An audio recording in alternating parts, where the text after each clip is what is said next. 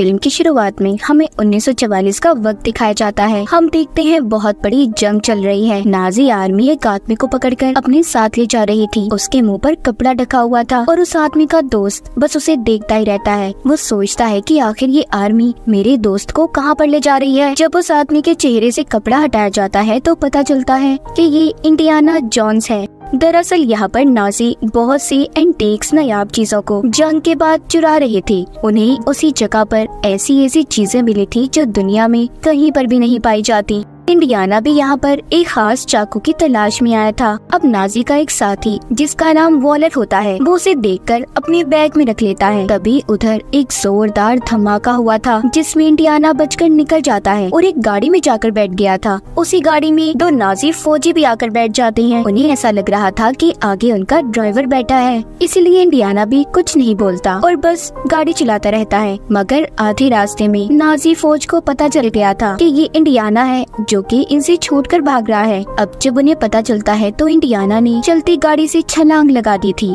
और कुछ फौजियों को मारते हुए एक ट्रेन में चढ़ जाता है। उस ट्रेन में दरअसल सारे नाजी फौजी इस जगह से एंटीक्स चीजों को लेकर जा रहे थे। वो ट्रेन के डब्बे में पहुंचता है जहाँ पर वो कीमती चाकू था, मगर दिखने पर उसे पता चलता है कि वो असल नहीं बल्कि वो तो नकली था। ये बात नाजी के साथी वॉलर को पहले ही पता चल गई थी, इसीलिए उसने जानबूझकर उसे वहीं पर छोड़ दिया। वॉलर के हाथ में तो यहाँ पर बहुत ही कीमती मशीन लगी जो कि एक साइंटिस्ट ने बनाई थी, जिस वजह से वो टाइम ट्रेवल भी कर सकते थे। अब इन सब चीजों को वॉलर के पास इंडियाना का दोस्त भी देखता है जिसको इन्होंने पकड़ा हुआ था। उधर इंडियाना को बहुत ही एंटीक कीमती चीजें मिली थी। फिर वो वहाँ से एक दूसरे डब्बे में आकर बैठ जाता है ताकि कोई नाजी फौजी उसे पहचान ना पाए। इंडियाना उधर ही अपने दोस्त को भी देखता है जो कि कुर्सी से बंधा हुआ था। वो उसे छुड़वा कर अपने साथ ले जाता है। आगे वाले डब्बे में इंडियाना को वॉलर मिलता है जिसके पास डिवाइस थी। वो उसको मुक्का मार के वो डिवाइस ले लेता है जिससे टाइम ट्रेवल भी हो सकता था। फिर वो दोनों इस ट्रेन के ऊपर भागते हैं क्योंकि ट्रेन के अंदर उन्हें पकड़ा जा सकता था, मगर नाजी उन्हें हर हाल में पकड़ना चाहते थे,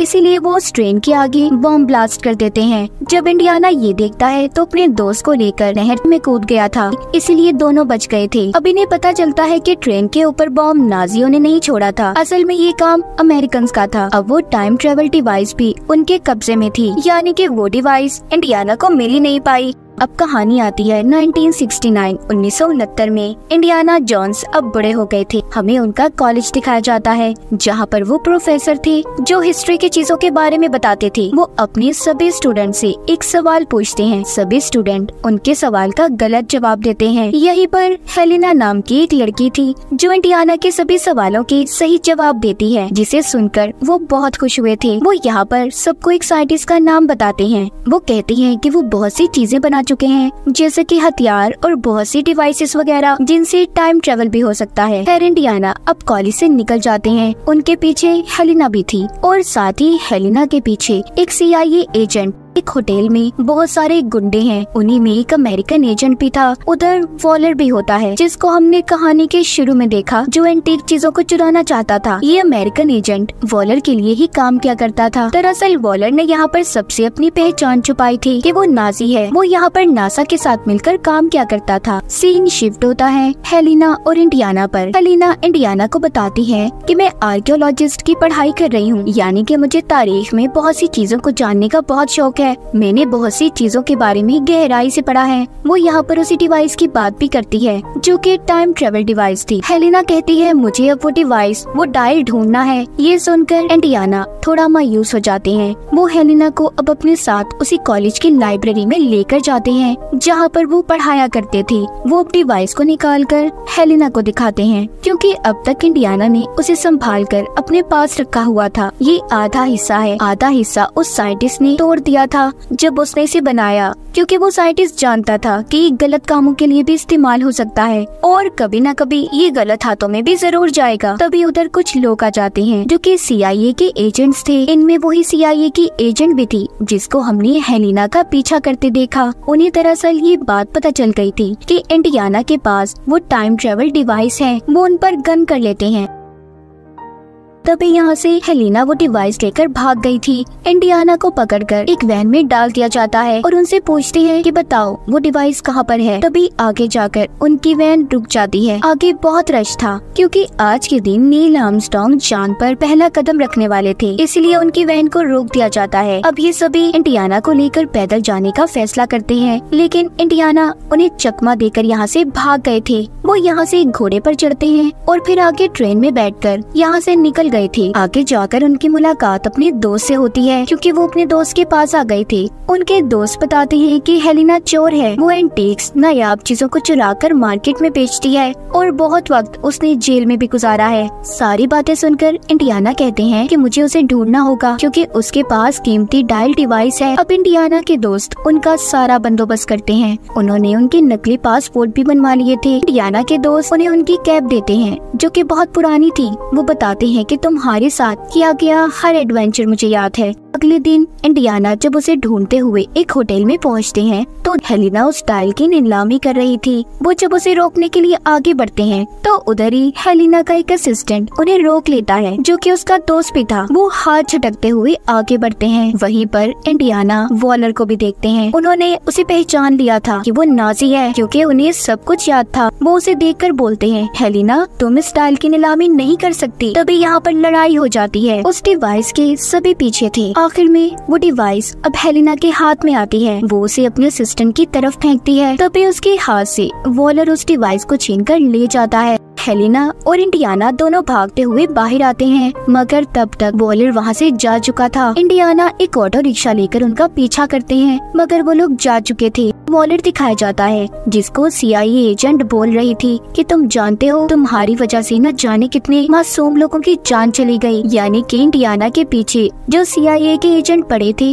वो सभी वॉलर से मिले हुए थे। वॉलर उस एजेंट को मार देता है और ये कहता है कि मैं नाजी हूँ, नाजी था और नाजी ही रहूंगा। यानी कि अब तक वो अपनी असली पहचान छुपाकर यहाँ पर जिंदगी गुजार रहा था। उधर दूसरी तरफ इंडियाना अपने दोस्त के पास जाते हैं जिसके पास शिप था जो कि एक सेलर होता है। वो उसे कहते हैं कि देखो मुझे समंदर के अंदर जाना है, इसके लिए मुझे तुम्हारी मदद की जरूरत है। उनके साथ हेलिना और उसका असिस्टेंट भी थे। हेलिना तभी बातों के दौरान इंडियाना से पूछती है कि अगर आपको टाइम में पीछे जाने का मौका मिले तो सबसे पहले आप क्या करेंगे। वो कहते हैं अगर मुझे मौका मिला तो सबसे पहले मैं अपने बेटे को बचाऊंगा जो एक हादसे में मर गया था। ये बात कहकर वो उदास होकर वहाँ से चले जाते हैं। अब अगले दिन ये समंदर में अपना सफर शुरू करते हैं। उन्हें नाजी के शिप को ढूंढना था जो कि समंदर में डूबकर तबाह हो गया था। वहाँ पर बहुत से ढांचे भी पड़े थे जो उन लोगों के थे जो शिप में डूबकर मर गए थे। तभी वहाँ पर इनके पास एक व्हेल मछली आती है। इंडियाना उसे वहाँ से भगाते हैं। उन्हें उस शिप में एक बक्सा मिला था जिसे वो लेकर ऊपर आने लगते हैं। ऊपर इंडियाना की शिप में वॉलर के आदमियों ने कब्जा कर लिया था। जैसे ही वो उस बक्से को लेकर ऊपर आते हैं तो वो लोग उस बक्से को ले लेते हैं। उसमें एक बड़ा पत्थर था जिस पर अजीब सा कुछ लिखा हुआ था। अब ये उस पत्थर पर हेलिना को पढ़ने का कहते हैं क्योंकि वो आर्कियोलॉजिस्ट थी। यहाँ पर वो अपनी चाल खेलती है और सारी बातें उन्हें गलत बताकर एक बॉम्ब ब्लास्ट कर देती है। और अब इसी बात का फायदा उठाकर इंडियाना, हेलिना और उसका असिस्टेंट एक दूसरी कश्ती में चले जाते हैं। इंडियाना ने वो पत्थर भी साथ ले लिया था। जब वो ये देखते हैं कि वो पत्थर तो बहुत भारी है तभी वो उसमें आग लगा देते हैं। उन्हें लग रहा था कि शायद उसके अंदर कुछ तो जरूर होगा। जब वो उसे आग लगाते हैं तो उसमें से एक गोल्ड की शील्ड निकलती है जिस पर दरअसल ये लिखा था कि दूसरे डायल का हिस्सा कहाँ पर है। उन्हें एक जगह के बारे में भी पता चलता है जहाँ पर वो साइंटिस्ट दफन था जिसने टाइम मशीन को बनाया था और दूसरा हिस्सा उन्हें वहीं पर मिलना था।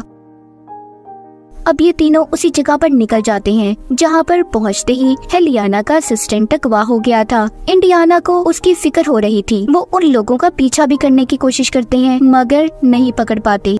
जाते हुए हेलिना इंडियाना को बताती है कि मेरा असिस्टेंट बहुत चालाक है, आप उसकी फिक्र नहीं करें, वो जानता है कि उसे मुसीबत से कैसे निकलना है। अब जब ये दोनों गार में पहुंचते हैं तो उधर पहले ही वॉलर के आदमी मौजूद थे। उस गार में जहरीली गैस छोड़ी गई थी। इंडियाना थोड़ा आगे बढ़ते हैं। उन्हें जो गोल्ड की शील्ड मिली थी उस पर आगे जाने का रास्ता लिखा हुआ था। अब आगे चलते हुए इन्हें गार में एक बहती हुई नदी भी मिलती है जिसको ये लोग पुल से पार करते हैं। इनके पीछे पीछे वॉलर के आदमी भी थे। आगे जाकर इंडियाना और हेलिना को उस साइंटिस्ट का मकबरा नजर आ जाता है। जब ये उस पत्थर को हटाते हैं तो उधर उसका पूरा कंकाल ढांचा पड़ा था। उधर ही ने उसी डिवाइस का दूसरा हिस्सा भी मिल गया था, जिसे देखकर इंडियाना बहुत खुश थे। हेलिना उधर बनी हुई तस्वीरों को देखती है जो कि आज के जमाने की थी। वहाँ पर एरोप्लेन और घड़ी की तस्वीरें बनी हुई थी, जिसे देखकर वो काफी हैरान होती है, क्योंकि वो ये सोच रही थी कि उस जमाने में भला इन चीजों के बारे में किसी को कैसे पता होगा। वो उसी साइंटिस्ट के ढांचे पर बंधी हुई घड़ी भी देखती है जो कि आने वाले जमाने की थी। वो देखकर बोलती है कि ये बात तो काफी हैरान है, जो घड़ी इन्होंने बांधी हुई है ये टेक्नोलॉजी तो अभी तक आई भी नहीं। दरअसल यहाँ पर हेलिना को बात समझ आती है कि साइंटिस्ट वक्त से छेड़छाड़ कर रहे हैं, टाइम ट्रेवल को जानते हैं। तभी इंडियाना भी ये सुनकर कहती है कि ये सारी बातें सच हैं। तभी उधर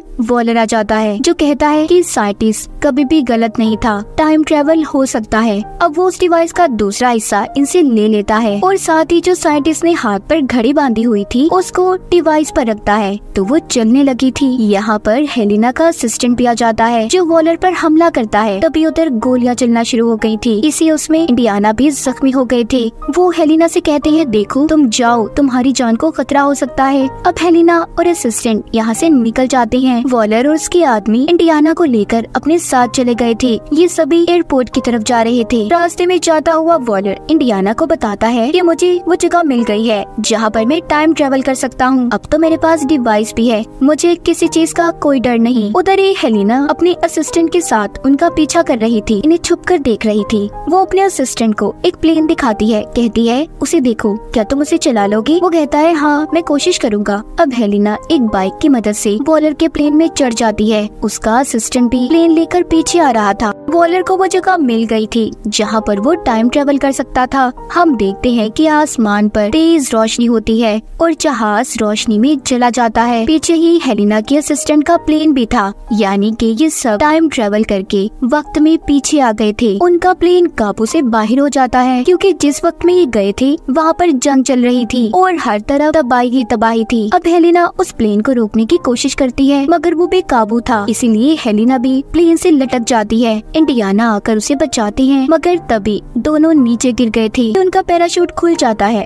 और दोनों बच जाते हैं। उधर ही हमें वो साइंटिस्ट भी दिखाए जाते हैं जिन्होंने टाइम ट्रेवल मशीन को बनाया था। वो अभी भी बैठे उसे पूरा ही कर रहे थे, यानी कि ये वक्त तो पीछे का था। उस वक्त टाइम ट्रेवल मशीन बनी ही नहीं थी। वो अब उस प्लेन को भी गिरता हुआ देखते हैं जिसमें वॉलर था। वो प्लेन पूरी तरह गिरकर तबाह हो गया था। यहाँ पर साइंटिस्ट आकर वॉलर के हाथ से घड़ी को उतार लेते हैं जो कि उन्होंने उनकी बांधी हुई थी, यानी कि प्रेजेंट में जो हमने देखा उनके ढांचे के हाथ पर। अब यहीं पर इंडियाना हेलिना को बताते हैं ये सारा प्लान साइंटिस्ट का था। उन्होंने अपने डायल को ऐसे सेट किया था कि अगर आने वाले कल में कोई उस डायल को इस्तेमाल करे तो वो उसी जगह पर पहुंच जाए जहाँ पर वो रहा करते थे। और देखो वैसा ही हुआ है। मैं यहीं पर अब हमेशा के लिए रहना चाहता हूँ। मेरी जितनी भी जिंदगी बची है मैं बस यहीं पर रहकर गुजारना चाहता हूँ। तभी वो साइंटिस्ट उनके पास आते हैं और इंडियाना को घड़ी और वो डायल टाइम ट्रेवल मशीन देते हैं। कहते हैं कि इसे तुम अपने वक्त में साथ ले जाओ। इंडियाना कहते हैं नहीं, मैं अब यहाँ से कहीं नहीं जाना चाहता। तभी हेलिना कहती है आप यहाँ पर टाइम ट्रेवल करके आए हैं,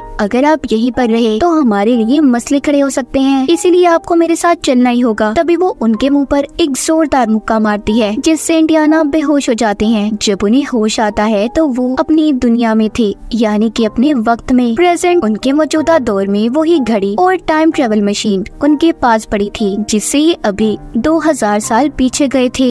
उधर हेलिना आती है और बोलती है कि मैं जानती हूँ आप अकेले हैं। तभी वहाँ पर वो उनकी वाइफ को बुलाती है जो पहले उन्हें छोड़कर चली गई थी। ये सभी बहुत खुश थे और इसी के साथ ही इस फिल्म की कहानी भी यहीं पर खत्म हो जाती है।